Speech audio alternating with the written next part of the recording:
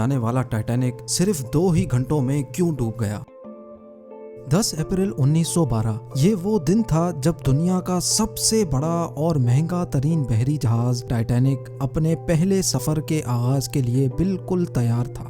उस दिन Atlantic ocean बेहद पुरसुकून था और समंदरी तूफान आने का दूर दूर तक कोई चांस नहीं था। जहाज में 1500 पैसेंजर सवार भी हो चुके थे और लाखों लोग डॉक पर टाइटैनिक के पहले सफर का आगाज देखने के लिए खड़े थे।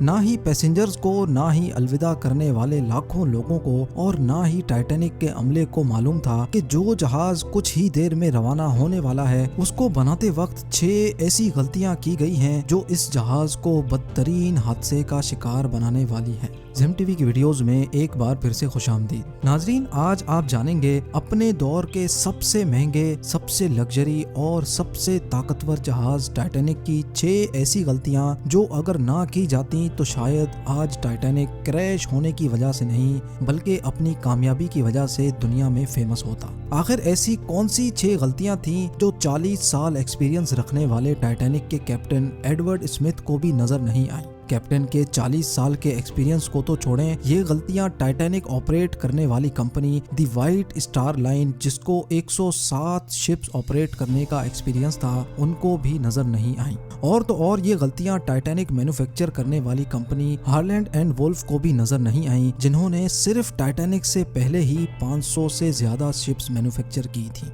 टाइटैनिक की कंस्ट्रक्शन 1907 में शुरू हुई थी और तकरीबन 3 साल का वक्त और 2000 वर्कर्स की मेहनत के बाद जहाज को तैयार कर लिया गया। अब जहाज पूरी तरह से तैयार हो चुका था, लेकिन इसको टेस्ट करने का फेज अभी बाकी था। टाइटैनिक बनाने वालों का उस पर भरोसा तब मजीद बढ़ गया जब टाइटैनिक ने अपना पहला टेस्ट रन कामयाबी से पार कर लिया था। टेस्ट पास करते ही पूरी दुनिया में मुख्तलिफ अखबारात में इसकी मार्केटिंग की गई, जिसकी हेडिंग थी अनसिंकेबल टाइटैनिक, यानी कभी ना डूबने वाला जहाज बना लिया गया है।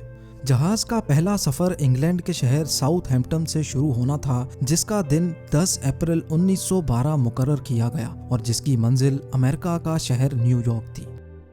टाइटैनिक के इकोनॉमी पोर्शन में सफर करने की कीमत $30 जबकि फर्स्ट क्लास में सफर करने की $150 थी, जो आज के दौर में 3,40,000 रुपए बनते हैं। इस मार्केटिंग के नतीजे में यकायक सारी टिकट्स बुक कर ली गईं और आखिरकार वो दिन आ ही गया जब टाइटैनिक अपने पहले सफर का आगाज करने वाली थी। मिस्टेक नंबर 1, दोपहर को ठीक 12 बजे टाइटैनिक ने अपने पहले सफर का आगाज कर दिया और साथ ही टाइटैनिक की गलतियां सामने आना शुरू हो गई। कैप्टन स्मिथ को मालिकान की तरफ से डेडलाइन मिल चुकी थी कि किसी भी सूरत में 17 अप्रैल तक, यानी सिर्फ 7 ही दिनों में न्यूयॉर्क पहुंचना है। इसी वजह से कैप्टन ने जहाज की रफ्तार शुरू से ही बहुत तेज रखी थी और यही थी टाइटैनिक की सबसे पहली गलती। कैप्टन स्मिथ को मालिकान की दी गई इंस्ट्रक्शंस और प्रेशर की वजह से न्यूयॉर्क जल्द से जल्द पहुंचना था, क्योंकि ये टाइटैनिक का पहला सफर था और अगर वो न्यूयॉर्क टाइम से ना पहुंचते तो टाइटैनिक की रेपुटेशन को काफी नुकसान होता।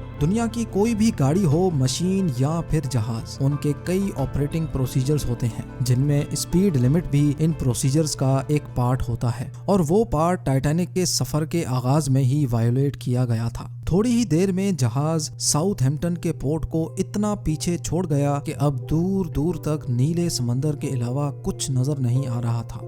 मिस्टेक नंबर 2, अब टाइटैनिक को चलते हुए 3 दिन गुजर चुके थे। फ्रांस और आयरलैंड में थोड़ी देर के स्टॉप के अलावा टाइटैनिक पिछले 72 घंटों से मुसलसल न्यूयॉर्क की तरफ बढ़ता चला जा रहा था। ये 14 अप्रैल 1912 की शाम थी। समंदर पर हर तरफ खामोशी और धुंध छाई हुई थी, जिसकी वजह से विजिबिलिटी भी काफी कम हो चुकी थी। उसी रात एक और बहरी जहाज जो कि टाइटैनिक से कुछ घंटे ही आगे था, उसके कैप्टन ने वायरलेस पर टाइटैनिक को समंदर पर तैरती हुई चट्टानें यानी आइसबर्ग्स के बारे में वार्निंग दी थी। एक्सपर्ट्स का मानना है कि ये वार्निंग कम से कम भी 6 बार दी गई थी, लेकिन वायरलेस ऑपरेटर्स की कोताही की वजह से इंतहाई इंपॉर्टेंट वार्निंग्स इनसे मिस हो गई। उनके लिए शायद ये नॉर्मल बात थी, लेकिन यही थी टाइटैनिक के अमले की दूसरी गलती, क्योंकि टाइटैनिक अपने तर्ज का पहला लग्जरी जहाज था और इसमें कई VIPs भी मौजूद थे। इसी वजह से ज्यादातर टाइटैनिक का अमला फर्स्ट क्लास पैसेंजर्स की खिदमत में मसरूफ था। अगर इन वार्निंग्स को सीरियस लिया जाता तो आगे का पूरा सीन ही अलग होता। مسٹیک نمبر 3، جہاز کی سپیڈ بھی زیادہ تھی اور ان سے ایک بہت امپورٹنٹ وارننگ بھی مس ہو چکی تھی۔ ٹائٹینک اب تیزی سے انتہائی بے خوف انداز میں آئس برگ کی رینج میں بڑھتا چلا جا رہا تھا، لیکن ابھی بھی ٹائٹینک کو حادثے سے بچایا جا سکتا تھا کیونکہ جہاز کے پہرے دار الرٹ تھے جو کسی بھی آئس برگ کی اطلاع دور سے دیکھنے پر ہی کیپٹن کو دینے کے لیے ریڈی تھے۔ لیکن دور سے دیکھنے کے لیے ان کے پاس ایک چیز موجود ہی نہیں تھی اور وہ چیز تھی دوربین۔ جی ہاں، پہرے دار الرٹ تو تھے لیکن وہ آئس برگ کو دوربین نہ ہونے کی وجہ سے دور سے نہیں دیکھ سکے، اور یہی تھی ٹائٹینک کی تیسری غلطی۔ آئس برگ کی خبر کیپٹن اسمتھ کو اس وقت ہوئی جب جہاز کے پہرے داروں نے خبر دی کہ جہاز کے بالکل سامنے ایک فٹ بال فیلڈ کی سائز جتنا آئس برگ ہے، لیکن اب بہت دیر ہو چکی تھی کیونکہ آئس برگ انتہائی قریب آ چکا تھا۔ مسٹیک نمبر 4، کیونکہ اٹلانٹک اوشن میں اکثر شپس کو ایسے آئس برگز کا سامنا کرنا پڑتا ہے جس کو بڑے بڑے بحری جہاز آرام سے ہینڈل کر لیتے ہیں، شاید کیپٹن اسمتھ نے بھی یہی سوچا تھا۔ آئس برگ کی خبر ملتے ہی کیپٹن اسمتھ نے جہاز کے انجن بند کرنے کا حکم دیا اور ساتھ ہی ٹائٹینک کا رخ بدلنے کا بھی آرڈر دیا۔ بے شک کیپٹن اسمتھ نے آئس برگ سے بچنے کی بہت کوشش کی، لیکن فاصلہ اتنا کم رہ گیا تھا کہ کچھ بھی کرنا فضول ثابت ہوا۔ آئس برگ اب ٹائٹینک کے سینٹر سے ٹکرا چکا تھا، لیکن ٹائٹینک کے ابھی بھی بچنے کی کافی امید باقی تھی۔ یہ امید باقی رہ گئی تھی کہ شاید آئس برگ جہاز کی باڈی کو نقصان نہ پہنچائے یا پھر آئس برگ جہاز سے ٹکراتے ہی خود ہی ٹوٹ جائے، اور شاید ہوتا بھی ایسے ہی اگر ٹائٹینک کی چوتھی غلطی اپنا کام نہ دکھاتی۔ ایکسپرٹس کا ماننا ہے کہ ٹائٹینک کی باڈی پر جو ریوٹس لگی تھیں وہ اسٹیل کی نہیں بلکہ کاسٹ آئرن کی بنی تھی۔ ان ریوٹس کا کام لوہے کے بڑے بڑے پیسز کو آپس میں جوڑے رکھنا ہوتا ہے، لیکن چونکہ کاسٹ آئرن اسٹیل سے نرم ہوتا ہے، اسی وجہ سے جس جگہ آئس برگ ٹائٹینک کی باڈی سے ٹکرایا وہاں کے ریوٹس پریشر کی وجہ سے کھل گئے، اور پھر وہی ہوا جس کا ڈر کیپٹن اسمتھ کو تھا۔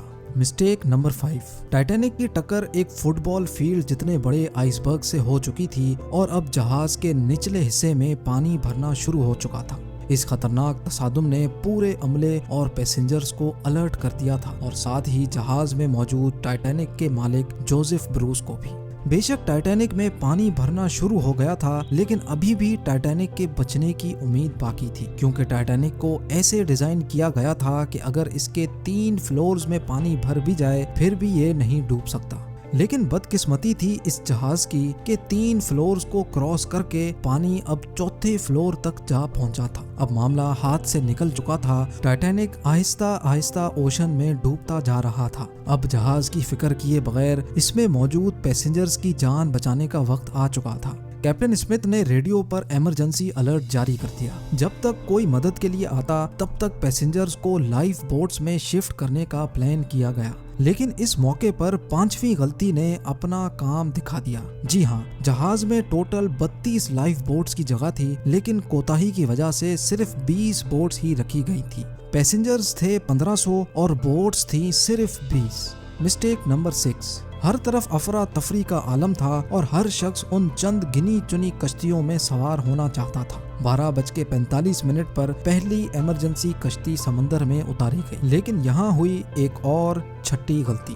افراتفری کے عالم میں کشتیوں کو پورا بھرے بغیر ہی سمندر میں اتار دیا گیا، جس میں زیادہ تر فرسٹ کلاس پیسنجرز کو ترجیح دی گئی تھی، یعنی جو لوگ زیادہ امیر تھے ان کو پہلے بٹھایا گیا تھا۔ کشتیوں میں اگر زیادہ پیسنجرز کو بٹھایا جاتا تو انسانی جانیں کم ضائع ہوتی۔ اب جہاز تیزی سے سمندر میں ڈوبتا جا رہا تھا۔ 2:18 پر شارٹ سرکٹ کی وجہ سے ٹائٹینک کی ساری روشنیاں بجھ گئی تھیں اور اگلے ہی لمحے جہاز ٹوٹ کر 2 حصوں میں تقسیم ہو گیا۔ یوں ٹائٹینک کو سمندر کے اندر مکمل طور پر ڈوبنے کے لیے 2 گھنٹے 40 منٹ لگے، اور اس طرح 1500 لوگ اٹلانٹک اوشن کے ٹھنڈے پانی میں ڈوب کر مر گئے۔ آپ کو ایک اور بات بھی بتاتے چلیں کہ پانی کا ٹیمپریچر اس وقت -2 ڈگری سینٹی گریڈ تھا، مطلب اگر پیسنجرز اس ٹھنڈے پانی میں چھلانگ بھی لگاتے تو بچنے کا کوئی چانس نہیں تھا، کیونکہ انسان اتنے کم ٹیمپریچر میں 30 منٹ سے زیادہ زندہ نہیں رہ سکتا۔ کہا جاتا ہے کہ مرنے والوں کی تعداد 1500 سے بھی کافی زیادہ تھی، کیونکہ جن لوگوں کی جہاز کے عملے سے جان پہچان تھی ان میں سے کافی لوگ جہاز پر بغیر ٹکٹ سوار ہوئے تھے۔ زندہ بچ جانے والوں میں سب سے زیادہ تعداد بچوں اور خواتین کی تھی۔ دوسری طرف کیپٹن اسمتھ تھا جو سارا وقت لوگوں کی جان بچانے میں لگا رہا، اور وہ آخری آدمی تھا جس نے ڈوبتے